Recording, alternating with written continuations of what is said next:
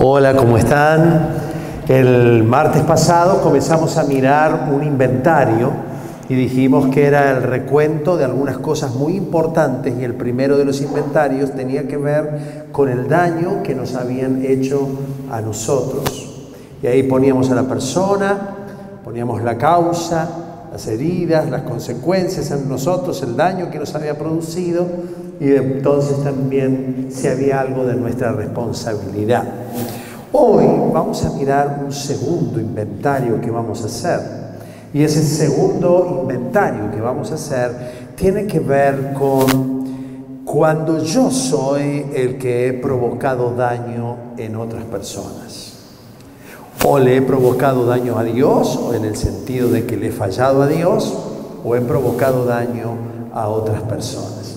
Así que este lo vamos a llamar el inventario espiritual, y hacemos un examen de conciencia para volver al camino del Señor. Me sacaron de acá unos apuntes geniales que yo tenía. ¿Vos me lo habrás robado? ¿Me has provocado vos el daño? Ahí está, él era el que me provocó el daño. Es parte de la... Muy bien, dice el Salmo 51 lo siguiente: lávame de toda mi maldad y límpiame de mi pecado. Yo reconozco mis transgresiones, siempre tengo presente mi pecado. Yo sé que tú amas la verdad en lo íntimo. Bueno, uno lee esta canción o este salmo, esta estrofa, y dice, qué interesante, pero es interesante ver cuándo el autor de este salmo lo escribió y quién era el autor que escribió este salmo. No es simplemente alguien que dice, bueno, a ver, voy a hacer una canción interesante, lávame de toda mi maldad y límpiame de mi pecado, sino que este salmo, esta canción, fue escrita desde un momento muy especial en la vida de alguien que era muy especial, llamado David.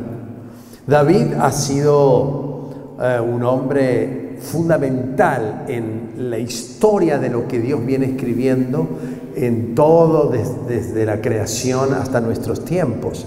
Tan importante es David que Jesucristo es el tataranieto de David. O sea, de la descendencia de David viene el Señor Jesús. Así que miren si no es alguien realmente muy y muy importante.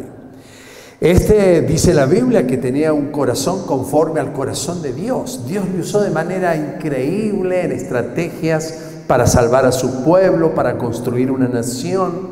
Y Él puso como centro de todo lo que Él hacía la adoración a Dios como lo primero en su vida. Sin embargo, escribe esto porque ha tenido una experiencia sumamente compleja y difícil. Hoy quiero que leamos o que escuchemos juntos esta historia, que es la historia de un fracaso inesperado. Y creo que todos nosotros en nuestra vida hemos experimentado ese fracaso que no esperábamos. Es verdad que no esperábamos ciertas cosas de otras personas, pero también es verdad que no esperábamos cosas de nosotros mismos, reacciones, palabras, conductas de las que realmente hemos sido dramáticamente desilusionados. Vamos a escuchar estas tres historias. Quiero invitarle a tres personajes que nos los van a contar, que vienen desde el pasado. El primero de ellos es David. Él es el rey. Le damos un aplauso al rey. El segundo de los personajes es Joab. Le vamos a dar un aplauso a Joab. ¿Y quién es Joab? Puedo decir, lo aplaudimos, pero ¿quién es Joab? Bueno, es un capitán del ejército que presidía David. Y después nos vamos a encontrar con Natán. Un aplauso para Natán también. Natán es alguien, un sacerdote, que va a hablar y va a confrontar a David con algo que Dios le ha dicho a él. Así que vamos a escuchar esta historia. Ellos nos van a contar lo que exactamente dice la Biblia, pero lo vamos a hacer en términos de nuestra historia personal hoy. Lo escuchamos. En la primavera, que era la época en que los reyes salíamos de campaña, mandé a Joab con la guardia real y todo el ejército de Israel para que aniquilaran a nuestros enemigos, los amonitas. Pero yo me quedé en Jerusalén. Una tarde, al levantarme de la cama, comencé a pasearme por la azotea del palacio y desde allí vi a una mujer que se estaba bañando. La mujer era sumamente hermosa, por lo que mandé que averiguaran quién era. Me informaron que se trataba de Betsabé. Ella estaba casada con Urías, un fiel soldado de mi ejército. Entonces ordené que la trajeran a mi presencia, y cuando Betsabé llegó, me acosté con ella. Después de eso, ella volvió a su casa, quedó embarazada y me lo hizo saber. Entonces le envié un mensaje a Joab. La carta simplemente me decía: mándame aquí a Urías, y por supuesto, así lo hice. Cuando Urías llegó, le pregunté cómo estaban los soldados y cómo iba la campaña.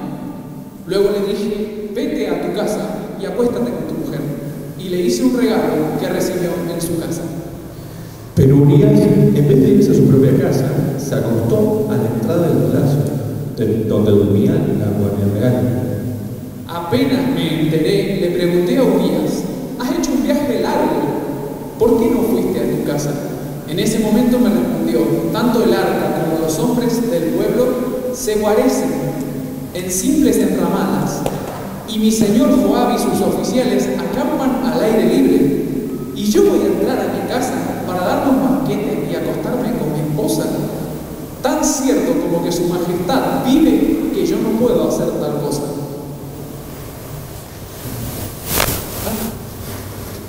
Bueno, entonces quédate hoy aquí y mañana te enviaré de regreso, le dije. Al día siguiente lo invité a un banquete y logré emborracharlo. A pesar de eso, Urías no fue a su casa, sino que volvió a pasar la noche donde dormía la guardia real. A la mañana siguiente le escribió una carta a Joab. Recibí la carta del rey David que decía: pongan a Urías al frente de la batalla, donde la lucha sea más dura. Luego déjenlo solo, para que lo hieran y lo maten. Por tanto, cuando ya había sitiado la ciudad, puse a Urías donde sabía que estaban los defensores más arrepentidos. Los de la ciudad salieron para enfrentarse conmigo, y entre mis oficiales que cayeron en la batalla, también perdió la vida Urías. Cuando le dijimos a Betsabé que Urías, su esposo, había muerto, hizo duelo por él. Después del luto, mandé que la trajeran al palacio y la tomé por esposa. Con el tiempo, ella me dio un hijo. Mi nombre es Natán, y el Señor me envió para que hablara con el rey David. Cuando me presenté ante el rey, le dije: dos hombres vivían en un pueblo. El uno era rico y el otro pobre. El rico tenía muchísimas ovejas y vacas. En cambio, el pobre no tenía más que una sola ovejita que él mismo había comprado y criado. La ovejita creció con él y con sus hijos. Comía de su plato, bebía de su vaso y también dormía en su regazo. Era para ese hombre como su propia hija. Pero sucedió que un viajero llegó de visita a casa del hombre rico, y como éste no quería matar ninguna de sus propias ovejas o vacas para darle de comer al huésped, le quitó al hombre pobre su única ovejita. Fue tan grande mi enojo contra aquel hombre que le respondí al sacerdote Natán: tan cierto como que el Señor vive, que quien hizo esto merece la muerte. ¿Cómo pudo hacer algo tan ruin? Ahora pagará 4 veces el valor de la oveja. Entonces yo le dije al rey David: tú eres ese hombre. Y así dice el Señor: yo te elegí como rey, te di el palacio de tu antecesor, te permití gobernar a mi pueblo.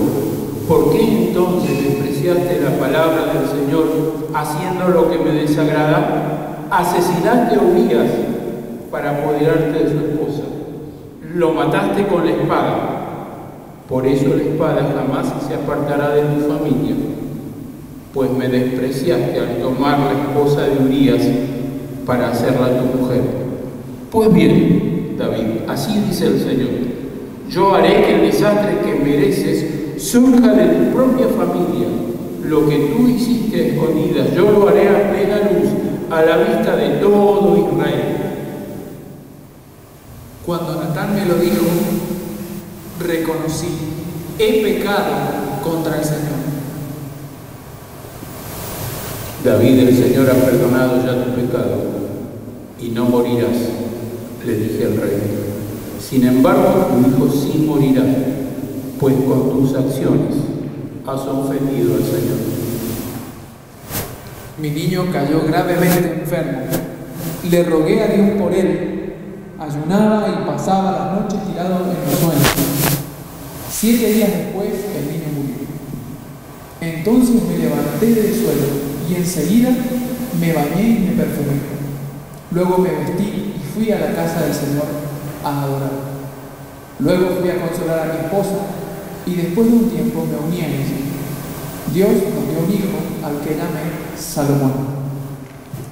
Muchísimas gracias. Le damos un aplauso a los actores.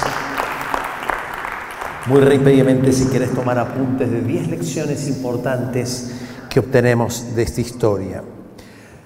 La primera de ellas es que nuestros pecados suelen producirse en una cadena sucesiva y nos dejan ciegos. ¿Notaron todo lo que pasó con David? En realidad no empezó él proponiéndose matar a este hombre. Simplemente comenzó con la holgazanería. Él se despertó y en el momento en que él tenía que estar junto con todos los reyes en la época de las batallas, él se dedicó a hacer nada. ¿Qué daño que hace el tiempo libre excesivo en una mente? Cuando realmente no ocupamos nuestro tiempo productivamente, comienza allí una serie de pensamientos y de estrategias que pueden llegarnos a hacer cosas desastrosas.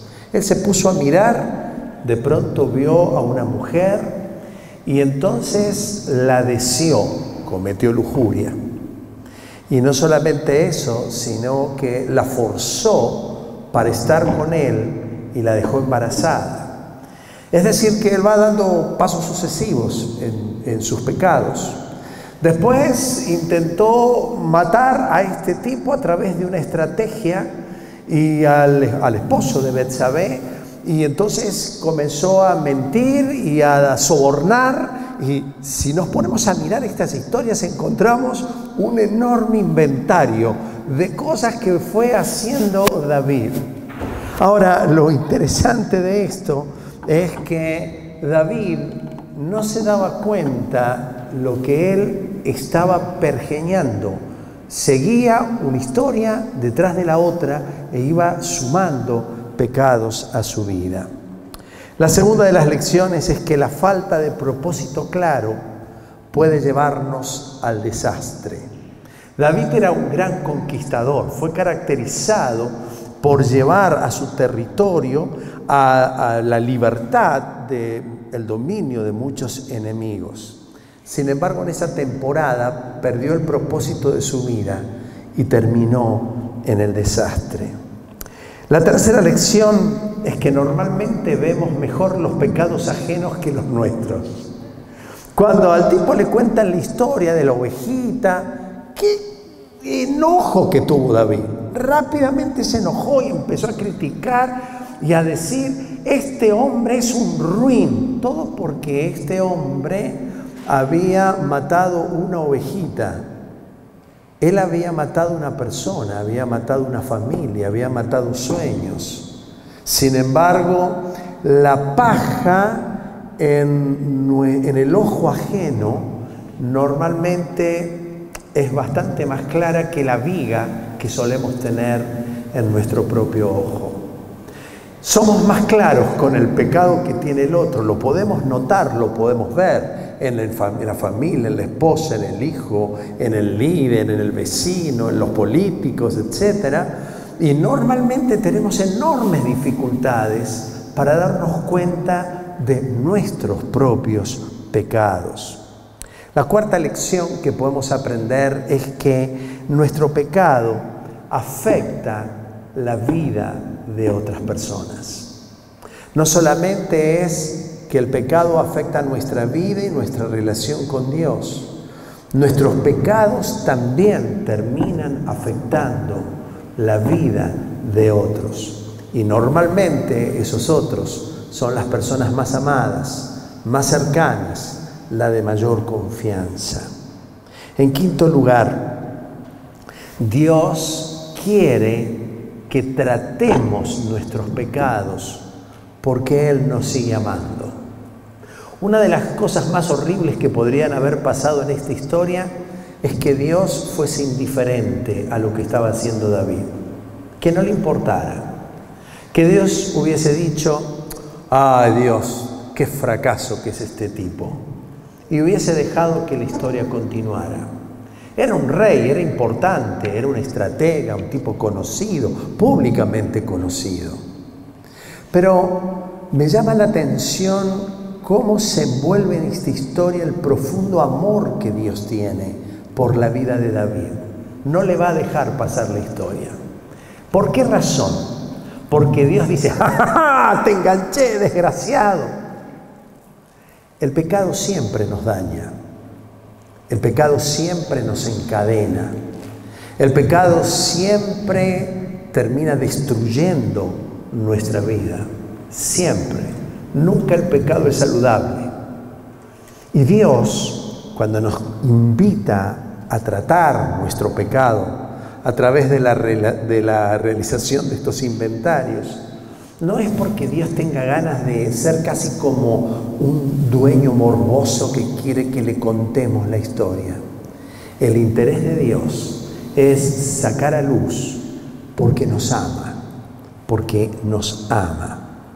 En sexto lugar, hay personas cercanas que pueden ayudarnos a ver más claramente nuestros pecados. Hay personas cercanas, y espero que las tengas, no solamente en este proceso que va a ser tu líder y también tu mentor, sino que en la vida Dios te pone personas a las que tenés que abrirle la jugada para que realmente te ayuden a ver más claramente tus propios pecados. Yo le agradezco profundamente a Dios por mi esposa, por amigos que tengo, que son los pilares tan importantes en mi propia vida para darme cuenta de aquellas cosas que realmente me hacen daño o pueden hacer daño a las demás personas. Aquí aparece este hombre que se llamó Natán, personaje que representó Julio, ¿verdad? Y qué tremenda alegría en esta historia es la aparición de alguien que traiga luz. De alguien que en medio de la oscuridad, de la noche, de los sobornos, de los abusos, de la criminalidad, de toda esta historia tan desastrosa que se genera ahí en un capítulo de la Biblia, una sucesión de hechos que van poniendo sobre la vida de David una oscuridad tan grande, un manto de sombra tan importante. Y qué maravilloso es que Dios use personas cercanas como Natán. Es verdad que Natán era un sacerdote y es verdad que parte de la responsabilidad de Natán era oficiar allí en el templo, pero Natán había establecido un vínculo con David de amplia confianza, pero no de sobada de espalda. No era te quiero, besito, besito. Natán amaba profundamente a David. Es más, hay otras historias muy lindas del vínculo que tiene David y Natán. Pero cuando Natán tiene que decir la verdad, va a decir la verdad. Y qué lindo es que alguien te pueda decir la verdad. A veces, por supuesto, no nos gusta, pero qué lindo cuando en séptimo lugar, la séptima lección, aparece un corazón humilde que acepta su propio pecado. David tiene la autoridad para hacer matar a Natán también. porque la autoridad máxima en el reino era la del rey. Sin embargo, David lo que hace es aceptar las palabras de Natán como un mensaje directo de Dios a su propio corazón. Y esto es lo que hace un corazón humilde cuando somos reprendidos. El corazón orgulloso normalmente dice: ¿y vos quién te crees que sos? ¿Vos no te das cuenta que yo soy el rey? ¿Vos no te das cuenta que yo soy el Superman de la lección número 2? ¿No te das cuenta que yo soy el que presido y lidero la vida? ¿Quién sos vos para venir a decirme algo? ¿No te das cuenta de mi autoridad? ¿No te das cuenta que yo soy el más importante en este reino? ¿No te das cuenta que Dios a mí me ha prometido la conquista del reino hacia el futuro? Vos sos un pobre tipo. Pero David no hace eso. David, que viene entrenado en un corazón de humildad, de aceptación de las transformaciones que él mismo necesita.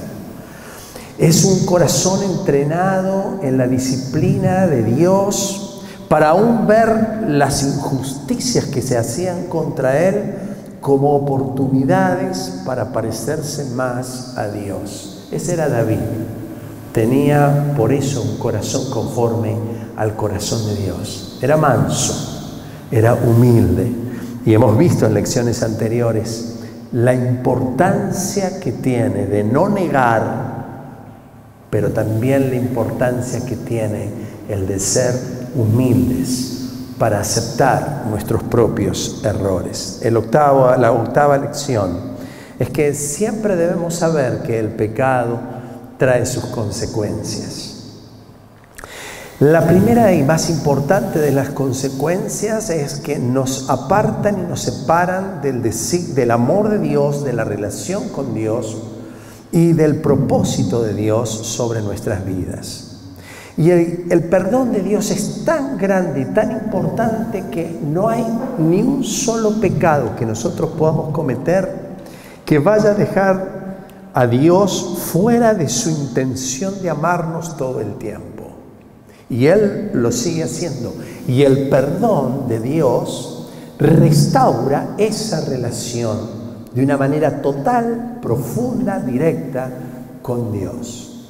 Pero las consecuencias, no siempre podemos ser librados de esas consecuencias. Y a veces lo que va a pasar hacia adelante realmente no es cambiado. Dios podría hacerlo, pero hay lecciones muy importantes que nosotros y los que nos ven deben aprender a través de nuestras historias. Así que hay consecuencias, y una de las consecuencias más tristes fue, además de la muerte de este hombre, fue la muerte del hijo que fue concebido allí en medio de este pecado. Pero además, una situación en la familia de David que va a provocar después la división de un reino que podría haber sido excelso. Viene después, más adelante, la división del reino a través de espadas, de peleas y de batallas que van a tener la familia de David. David va a tener hijos y los hijos van a empezar a vivir consecuencias muy tristes por este pecado de su papá. Así que el pecado siempre trae consecuencias. En el noveno lugar, Dios perdona. Y esta es la historia más hermosa que nosotros podemos encontrar en esta historia. Que Dios trata con nosotros porque quiere perdonarnos. Y la décima de las lecciones es que Dios tiene el poder para restaurar.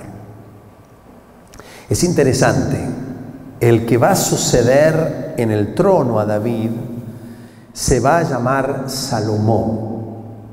Salomón fue uno de los reyes más sabios que tuvo la tierra, y Salomón fue el hijo que tuvo David con Betsabé, con esta mujer con que la historia estuvo toda al revés. Yo, si fuese Dios, no le hubiera dado un hijo. Y yo, si fuese Dios, con ese espíritu vengativo que solemos tener los hombres, yo le hubiera dicho que se jorobe, ¿no? O que tenga un hijo que lo mate, o que, no sé, esta mujer con la que él se quiso quedar, que se vaya con otro y lo traicione. Yo le hubiera dado un giro a la historia ahí como escritor y hubiera inventado otra cosa. Sin embargo, lo que Dios hace es restaura aún la relación esa de pecado con la que se había iniciado esta historia, y Dios le da la posibilidad que a través de esa Betsabé con la que él pecó iba a nacer Salomón. Pero como si esto fuera poco, Dios iba a usar a Salomón como el antecedente del nacimiento del Señor Jesucristo. Yo de Dios el Padre hubiese elegido una mejor familia, con una trayectoria un poquito más limpia. No sé, que el tatarabuelo haya sido bueno, el abuelo también haya sido bueno, el padre haya sido bueno, el hijo haya sido bueno, los nietos hayan sido todos de buen testimonio. Tiene que nacer Jesús. Mantengámosle una reputación más o menos digna. Pero no es lo que hace Dios. ¿Y por qué no lo hace Dios? ¿Por qué nace Jesús de esta historia trágica? Para contarnos que más allá de nuestro pecado, el interés más profundo de Dios es tu restauración. Más allá de tu pecado, el interés más profundo de Dios es tu restauración. Y si estás acá y tu inventario te hace poner muy triste y te hace ver tu historia y decir, ¿qué puede hacer Dios de todas estas partes quebradas y rotas? ¿Qué puede sacar Dios después de esta sucesión de fracasos? ¿Qué puede hacer Dios después de estas historias que avergüenzan, que me gustaría que quedaran escondidas? ¿Qué puede hacer Dios si Él va a intentar de sacar a luz esta historia que quedó en un registro que hasta vos te enteraste del tema? ¿Qué puede hacer Dios? Dios puede restaurar nuestras vidas y darnos la posibilidad de nuevos comienzos para que cada uno de nosotros podamos tener nuestra historia que exalte la restauración, el perdón y el amor de Dios sobre nuestros propios corazones. Vas a revisar en esta semana algunas áreas importantes. Te invito a que por favor este inventario lo hagas a mucha conciencia también. En primer lugar, vas a mirar allí en tu cuadernillo las relaciones con otros. Estas relaciones con otros normalmente van a salir de las personas que te causaron daño en el anterior inventario, y quizás esas relaciones están rotas, quebradas, falta de perdón. Bueno, fíjate, ¿qué está pasando con eso? En segundo lugar, vamos a revisar nuestras prioridades. ¿Qué es lo más importante para nosotros? ¿Cuál es el orden de las prioridades en nuestra vida? ¿Qué lugar ocupa la familia, el trabajo, los amigos, Dios, los intereses de Dios, mi economía? ¿Qué lugar ocupa? ¿Eso está en el orden de Dios o yo me he inventado una tabla de prioridades que quizás tenga que cambiar? ¿Qué actitudes tengo? ¿Qué actitudes tengo hacia las demás personas? ¿Vivo en mi vida quejándome? ¿Siempre tengo una actitud altanera o humilde? ¿Tengo una actitud de agradecimiento o estoy siempre con la tabla al tope de mi crítica y de mi frustración y de mi ingratitud? Vamos a revisar también aspectos de nuestra identidad. Eso significa, ¿soy la misma persona en los lugares donde estoy o me voy poniendo disfraces en los diferentes escenarios? ¿Soy así acá? ¿Soy así en casa? ¿Soy así en el barrio? ¿Soy así en la iglesia? O se asombrarían muchos de los que están en otros escenarios de mi vida si supieran cómo soy o quién soy acá en la iglesia o cómo soy en la familia. Hay integridad, hay coherencia. Y después, aspectos del cuidado de nuestro cuerpo, de nuestra mente y de nuestra alma. Tengo conductas que están dañando mi cuerpo, excesos de comida, de drogas, de alcohol, de falta de gimnasia, de controles. ¿Cómo está el cuerpo? ¿Lo estoy cuidando? ¿Tengo un cuidado excesivo de mi cuerpo? ¿Vivo pendiente de todo lo que le pasa a mi cuerpo? Balance. Cuidado de la mente. ¿Estoy llenándome la mente de qué cosas? Me encanta escuchar la crítica de los demás. ¿Estoy llenándome de telenovelas? ¿Estoy llenándome de noticieros? ¿Estoy llenándome de qué? Porque lo que normalmente voy a terminar pensando, diciendo, actuando, va a ser de lo que está lleno mi mente. ¿Con qué estoy llenando mi mente? ¿Qué estoy leyendo? ¿Qué estoy viendo? ¿Qué estoy oyendo? Y por último, el cuidado de nuestra alma. Hay prácticas de mi vida que son contrarias a los principios de Dios.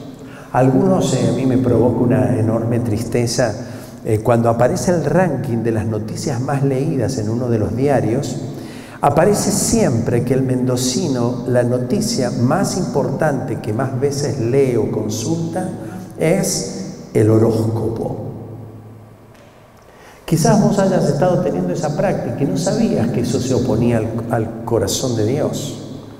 Algunos de ustedes quizás consultaron a un adivino, a una persona que le tirara las cartas, que le leyera la borra de café, la mano, el destino. Prácticas del alma que pueden habernos hecho o nos están haciendo mucho daño. Vamos a inventariarlo. ¿Para qué? Para que Dios nos diga, ¡ah, desgraciado!